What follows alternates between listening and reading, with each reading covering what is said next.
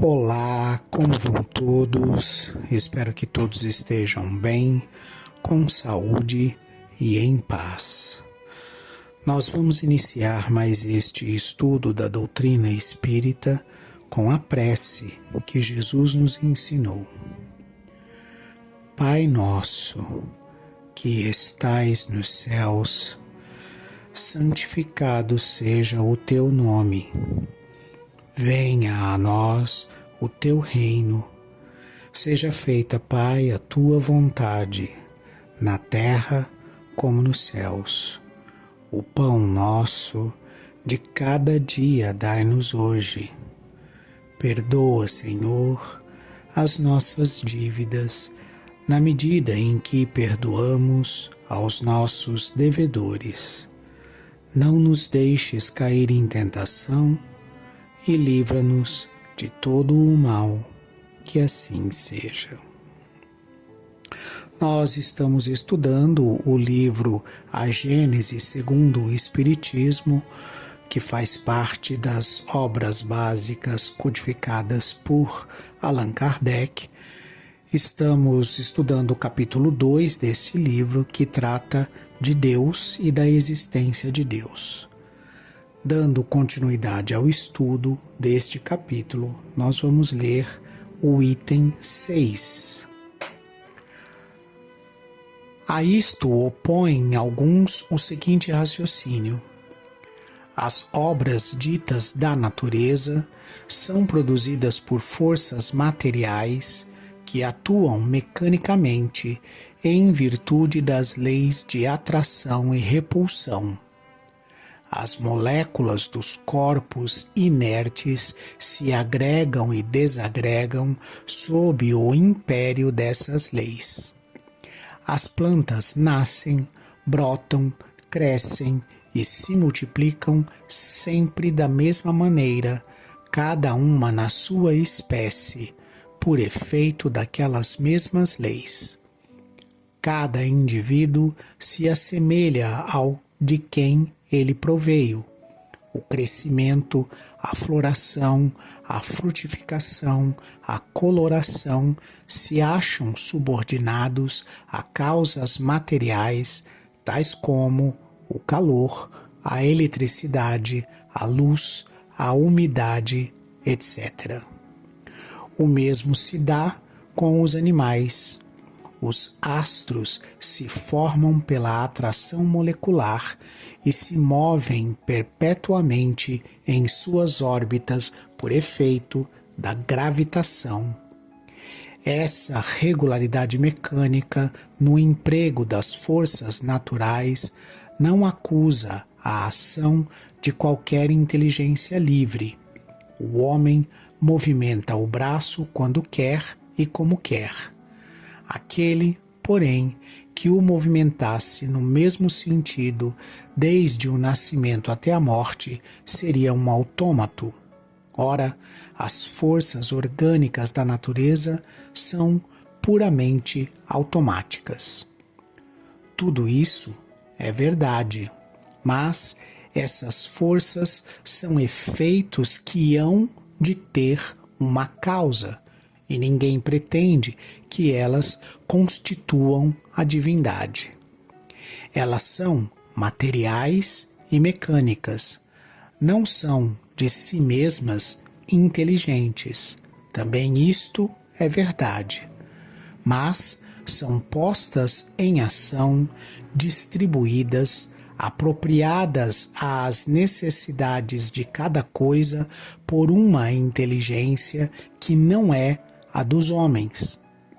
A aplicação útil dessas forças é um efeito inteligente que denota uma causa inteligente. Um pêndulo se move com automática regularidade e é nessa regularidade que lhe está o mérito. É toda material a força que o faz mover-se, e nada tem de inteligente. Mas que seria esse pêndulo se uma inteligência não houvesse combinado, calculado, distribuído o emprego daquela força para fazê-lo andar com precisão? Do fato de não estar a inteligência no mecanismo do pêndulo e do de que ninguém a vê, seria racional deduzir-se que ela não existe? Apreciamo-la pelos seus efeitos. A existência do relógio atesta a existência do relojoeiro. A engenhosidade do mecanismo lhe atesta a inteligência e o saber.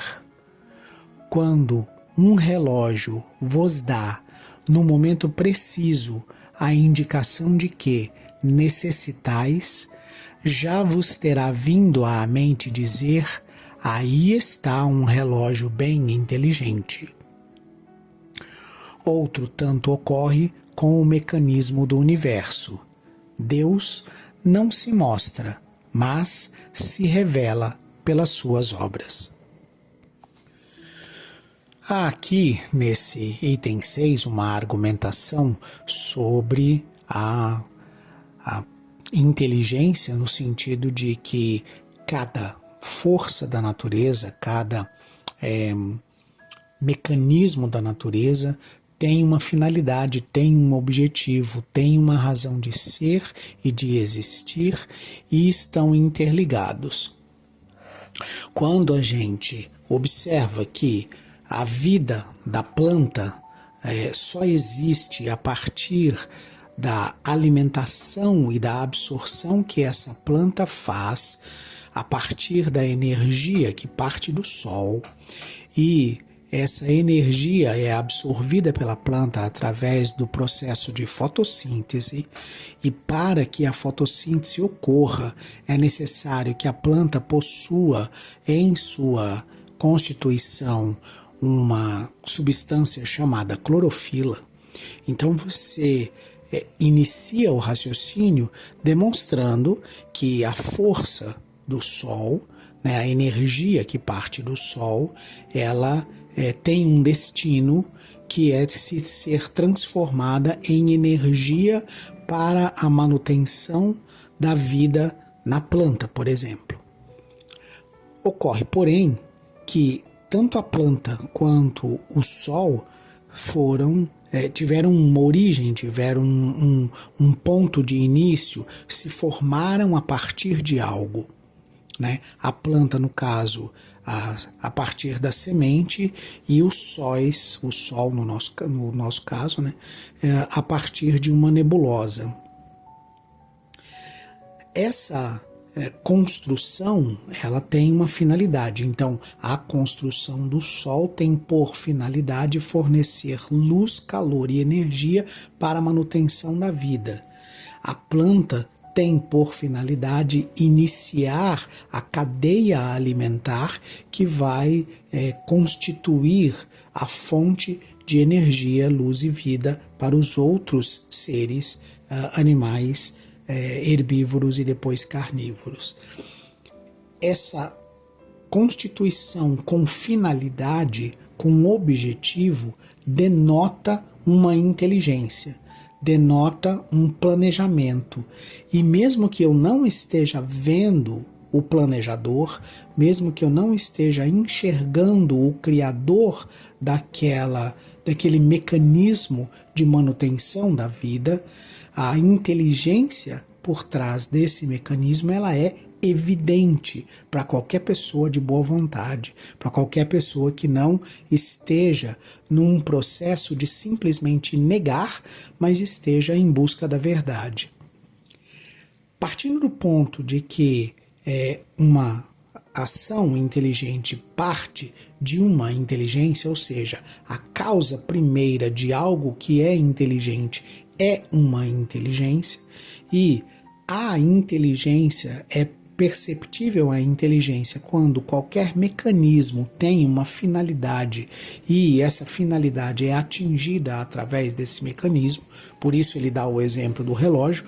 O objetivo do relógio é marcar, registrar o tempo.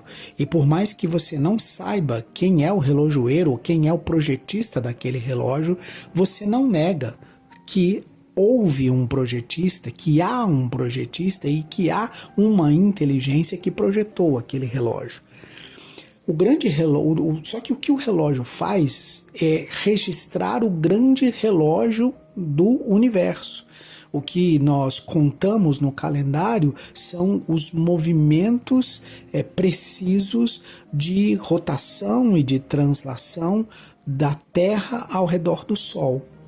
E esses movimentos repetem-se com grande precisão ao longo do tempo. Como, então, imaginar que a primavera, que é uma estação, o outono, que é outra estação, o verão e o inverno, que são outras estações do ano, como imaginar que esses fenômenos não foram planejados para os fins a que eles se revelam? Que, de novo, atribuir todo esse mecanismo funcional da natureza e do universo ao acaso é dar ao acaso uma capacidade de inteligência e é trocar o nome de Deus por acaso.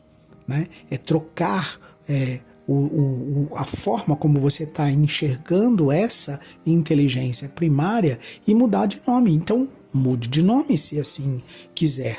Mas negar que essa inteligência ela existe e ela provê, ela planeja as ações do universo, aí nós já estamos indo para o caminho da negação sistemática e não para o caminho da busca da verdade.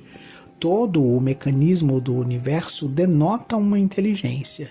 E o grande, vamos dizer assim, obstáculo para que nós admitamos isso é que essa inteligência é muito, infinitamente superior à inteligência humana, que não consegue nem imaginar como é que esse universo foi projetado. Mas não pode negar que por trás desse projeto, por trás dessa execução monumental que é o universo, há uma inteligência criadora e provedora. Nada no universo está jogado ao léu, como se fosse algo inútil. Tudo no universo tem uma função e age sobre outras coisas. Como que a gente pode suspeitar ou cogitar a possibilidade de que tudo isso foi obra da sorte? Que tudo isso não tem um planejamento, que tudo isso não tem uma finalidade, quando a nossa existência é a demonstração clara da finalidade do universo. Quando a nossa existência é a finalidade clara da existência da luz do sol. Né? Quando a protuberância e a exuberância da vida é a resplandência desse planejamento e dessa inteligência. Então negar a isso é como negar a sua própria existência, como negar a sua própria essência. É um contrassenso da sua própria inteligência. E isso só se justifica quando a sua inteligência está envolta por um orgulho, por uma vaidade, por um egoísmo, por uma sensação, uma falsa ideia de que somos a melhor coisa que tem no universo, a inteligência mais desenvolvida que tem no universo, e não haveria nenhuma outra inteligência superior à nossa. A partir do instante em que nós nos compreendemos como ainda em desenvolvimento para atingir escalas superiores de inteligência, nós abrimos a possibilidade infinita de infinitas inteligências mais evoluídas e mais adiantadas do que a nossa, e, consequentemente, chegamos à concepção de uma inteligência que é a causa primeira de todas as coisas, a origem de tudo o que vemos e o que observamos em matéria de leis do universo e da natureza. É tão simples esse raciocínio que é complicado apenas para aquele que tem vaidade demais para admitir que há superioridade em relação a ele. Sigamos na leitura. Item 7. A existência de Deus é, pois, uma realidade comprovada não só pela revelação, como pela evidência material dos fatos. Os povos selvagens nenhuma revelação tiveram, entretanto, creem instintivamente na existência de um poder sobre-humano. Eles veem coisas que estão acima das possibilidades do homem e deduzem que essas coisas provêm de um ente superior à humanidade. Não demonstram raciocinar com mais lógica do que os que pretendem que tais coisas se fizeram a si mesmas?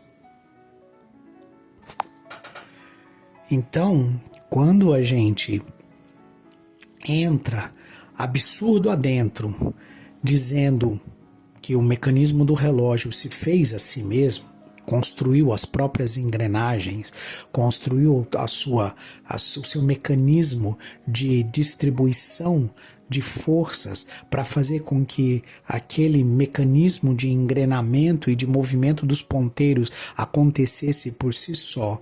Quando a gente olha para esse relógio e diz que o próprio relógio se construiu a si mesmo ao longo dos tempos e das eras, sem a interferência de uma inteligência superior ao relógio, é tão absurdo essa hipótese do relógio construir-se a si mesmo, como o estabelecer que tudo que a gente tem de construção do universo, todas as leis, todos os mecanismos da física, da química, da biologia, tudo que nós não criamos, nós descobrimos as leis, essas leis que regem o natural, já estavam lá, já faziam parte daquela criação. A gente simplesmente as descobriu, e ao descobri-las, a gente reconhece a inteligência dessas leis físicas, químicas, biológicas, astronômicas e todas essas leis que movimentam os astros e a natureza em todos os pontos do universo. Tudo para nós faz sentido e tem sentido porque segue uma base lógica. Ora, onde está a lógica? Onde está a inteligência? Uma vez que a lógica é fruto da inteligência. Então, como eu posso estabelecer que a lógica é obra do acaso? Como eu posso entender que um mecanismo constrói-se a si mesmo sem a interferência de uma inteligência que o burila, que o constrói, que o projeta? Quando eu observo a movimentação dos astros, os conjuntos de sóis formando galáxias, e quando essas estrelas carregam ao redor de si planetas, e cada planeta como o nosso tem condições e possibilidades de obtenção ou de aparecimento da vida de N maneiras diferentes, quando eu saio do meu contexto de vida e que a gente conhece aqui na Terra e passo a pensar que sim, é possível ou haver vida sem a existência de água, uma vida que não dependa da água, uma vida que possa, por exemplo, absorver dos vapores de um planeta gasoso as suas necessidades, um meio de vida em que a água não seja necessária, mas sim a simples absorção da luz do sol, porque tudo o que nós conhecemos em matéria de vida está restrito ao nosso conhecimento do planeta Terra.